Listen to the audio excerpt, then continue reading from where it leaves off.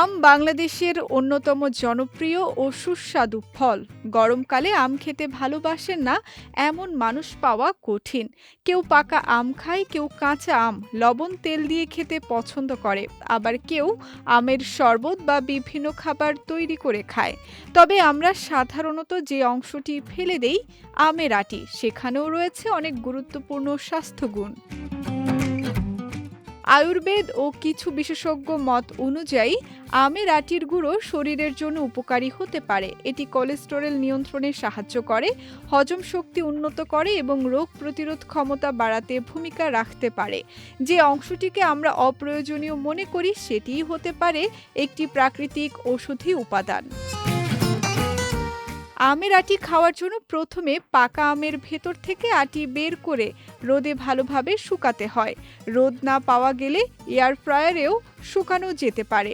শুকানোর পর এটিকে মিহি গুঁড়ো করে কাচের পাত্রে সংরক্ষণ করা হয়। এই গুঁড়ো গরম পানির সঙ্গে মিশিয়ে খাওয়া যায়, আবার কখনো অল্প পরিমাণে আটার সঙ্গে মিশিয়ে রুটি তৈরিতেও ব্যবহার করা যায়।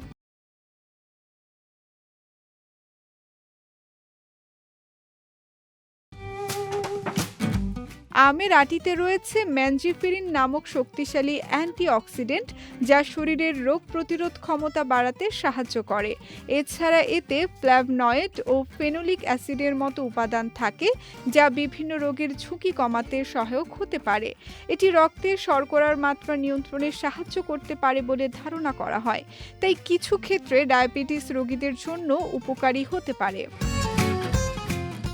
এছাড়া আমের আটির গুঁড়ো হজম শক্তি উন্নত করতে, ডায়রিয়া ও পেটের অম্লতা কমাতে সহায়তা করতে পারে। নিয়মিত ও পরিমিত ব্যবহারে এটি কোলেস্টেরল নিয়ন্ত্রণে রাখতেও ভূমিকা রাখতে পারে।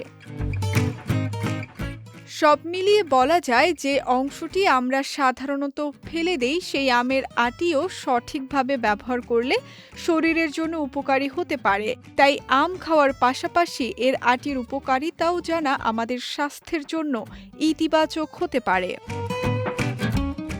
বিজয় টিভি নিউজ ডেস্ক।